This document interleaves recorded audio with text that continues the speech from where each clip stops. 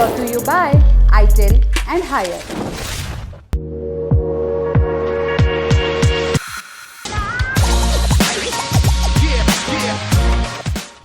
कुछ दिन पहले मुकेश खन्ना ने सोनाक्षी की परवरिश पर सवाल उठाए थे। अब कुमार विश्वास ने ऐसा क्या बयान दे दिया कि लोगों ने सोनाक्षी सिन्हा, पर्सनल चॉइस, शादी पसंद जैसे मुद्दे गिना दिए। आपको बताएंगे, लेकिन एक ब्रेक के बाद।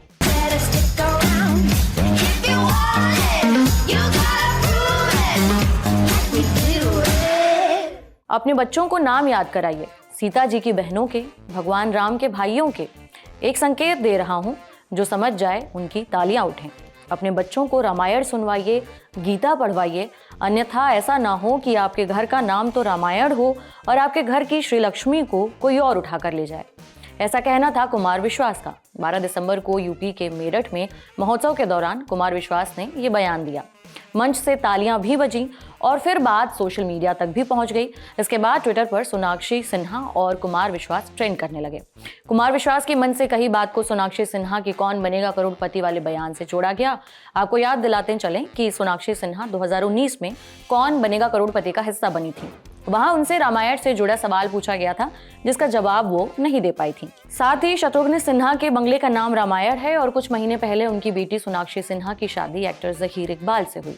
शादी ब्याह किसके साथ रहना है, किसके साथ नहीं, जैसे मामले बेहद निजी होते हैं और ये दो लोगों की आपसी सहमति और म्यूचुअल अंडरस्टैंडिंग से जुड़ा होता है। ऐसे में कौन किससे शादी कर रहा है जैसे मुद्दों पर खुले मंच पर बोलने पर अब कुमार विश्वास पर इंटरनेट की जनता दो हिस्सों में बट गई है। कुछ लोगों ने कुमार विश्वास का विरोध भी किया, तो वहीं कुछ लोग सपोर्ट में भी पोस्ट करते दिखे। एक यूजर ने इस वायरल वीडियो को पोस्ट कर लिखा, कटाक्ष करना तो कोई कुमार विश्वास सर से सीखे। उन्होंने बहुत ही खूबसूरती से सोनाक्षी सिन्हा पर कटाक्ष किया। एक और यूजर ने ऐसे ही ट्वीट के रिप्लाई में लिखा, बिल्कुल सही कहा, बच्चों को संस्कार दो और अपने बच्चों का नाम भगवान के ऊपर भी रखो। कुमार विश्वास जी ने बिल्कुल सही कहा है। हम समझ गए कि आपका इशारा किसकी तरफ था, किसका घर रामायण के नाम पर है। आगे लिखा, ये हैं शत्रुघ्न सिन्हा की बेटी सोनाक्षी मैडम। एक और ट्वीट आया कि ऐसा ना हो कि आपके घर का नाम तो रामायण हो, लेकिन आपकी श्री लक्ष्मी सोनाक्षी सिन्हा को कोई और उठा कर ले जाए। ऐसा नहीं था कि कुमार विश्वास की बस तारीफ हो रही थी। इस बयान के चलते कुमार विश्वास पर सवाल भी खूब उठे। इल्जाम लगाते हुए लिखा गया, सोनाक्षी सिन्हा अपनी मर्जी से शादी करके खुश हैं, उनका परिवार खुश है, पति और उनका परिवार भी खुश है, लेकिन कुमार विश्वास, मुकेश खन्ना, चिंटू पिंटू मिंटू, भाजपा IT सेल भी आहत हैं।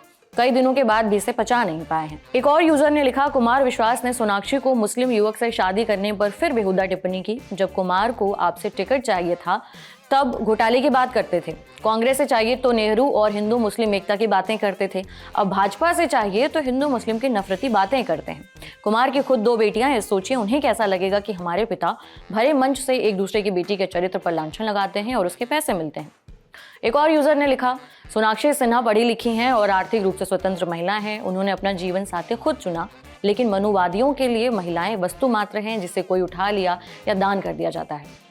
मजाक के लहजे से एक यूजर ने लिखा, जब सोनाक्षी सिन्हा अपने हस्बैंड के साथ खुश हैं तो कुमार शर्मा को तकलीफ क्यों हो रही है, शादी में बुलाया नहीं का। एक और यूजर लिखते हैं, कितनी घटिया सोच रखते हैं कुमार विश्वास एक महिला के प्रति। सोनाक्षी सिन्हा ने अपनी मर्जी से अपने पसंदीदा व्यक्ति से शादी की है। जब सोनाक्षी सिन्हा के घर वालों को कोई दिक्कत नहीं है तो फिर कुमार विश्वास को क्यों दिक्कत है। इन सब के बाद इस मुद्दे पर पॉलिटिक्स भी शुरू हो गई। कांग्रेस नेता सुप्रिया श्रीनेत ने सोनाक्षी सिन्हा को लेकर दिए गए कुमार विश्वास के बयान पर लंबा चौड़ा पोस्ट लिखा और उन पर निशाना साधा। सुप्रिया श्रीनेत ने तुलसीदास की कवितावली पुस्तक से एक दोहा कोट करते हुए लिखा, सब नर करहीं परस्पर प्रीति, चलहीं स्वधर्म निरत श्रुत नीति। पहले आपको इस दोहे का मतलब बता देते हैं, फिर बताएंगे कि सुप्रिया श्रीनेत ने कुमार विश्वास को सुनाते हुए क्या क्या लिखा।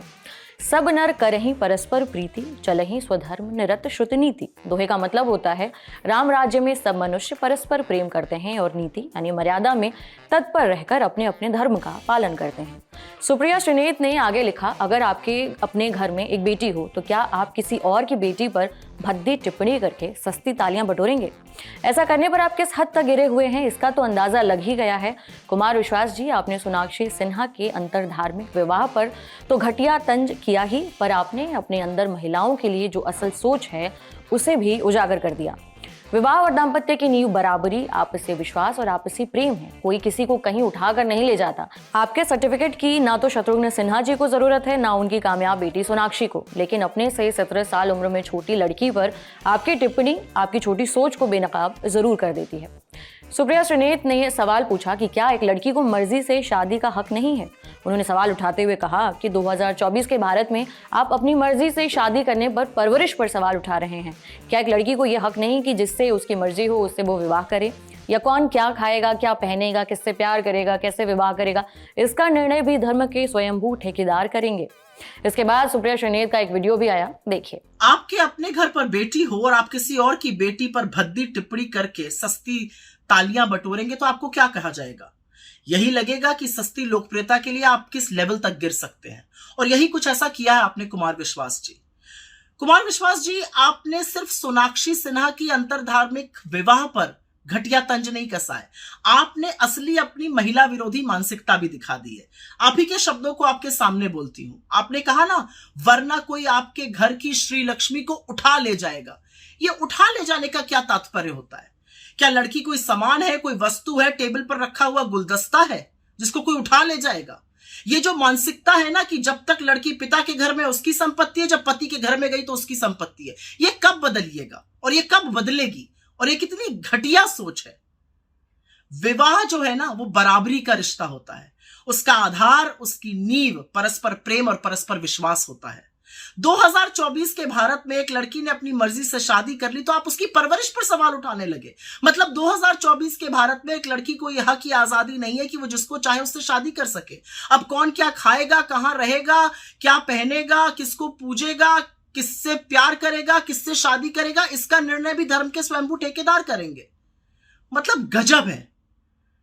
और एक चीज मुझे बड़ी अजीब लगती है, मेरा अपना मानना है कि परवरिश का सवाल तो तब भी नहीं उठना चाहिए अगर किसी के बाउंसर एक संभ्रांत डॉक्टर को पीट दे, क्योंकि ये परवरिश की कमी नहीं है, ये उस व्यक्ति की कमी है जिसका स्टाफ उसके सामने ऐसी हिमाकत करता है। इस मुद्दे पर IANS का भी एक ट्वीट आया जहां मनोज तिवारी से इस मुद्दे पर सवाल पूछा गया था, जिस पर मनोज तिवारी ने कहा कि ये बहुत अच्छी बात है, जब हम अपनी जड़ों से कट जाते हैं तो तरह तरह की विकृतियां पैदा होती हैं।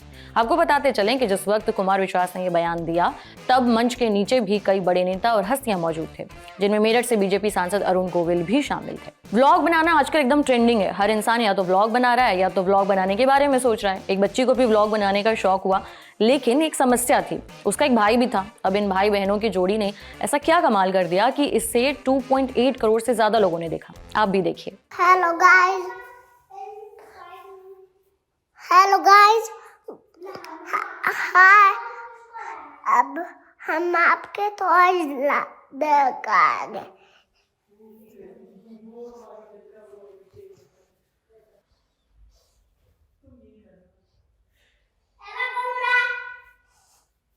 पीछे मुड़ो, जरा पीछे मुड़ो।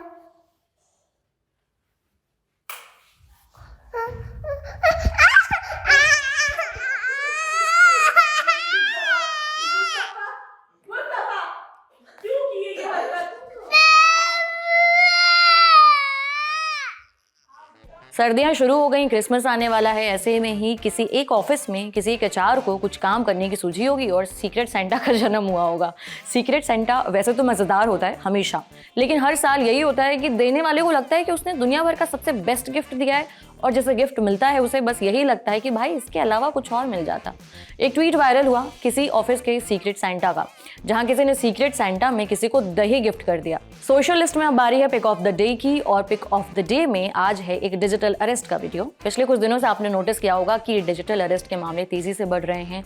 लोग अपनी कमाई पल भर में गंवा दे रहे हैं। अब तो किसी को कॉल करो तो पहले सूचना आती है कि ऐसे फर्जी कॉल से सावधान रहना है। मगर जहां तेजी से जागरूकता फैल रही है, उतनी ही तेजी से स्कैम भी फैल रहा है। ऐसी ही एक कॉल जब एक यूजर को आई तो यूजर ने ऐसा कुछ किया कि स्कैम करने वाले की भी हंसी छूट गई। आप देखिए। धीरज चौधरी, अंधेरी मुंबई पुलिस स्टेशन। जी सर। कैमरे के सामने आइए। ये लीजिए सर। आ गया मैं कैमरे के सामने सर। अरे ये राम है। अरे थानेदार दिख रहा है? अरे थानेदार हंसले हैं। बाकी आज के शो में इतना ही। मेरा नाम है उपासना, आप देख रहे हैं ये सोशल लिस्ट। मिलते हैं कल, टाटा।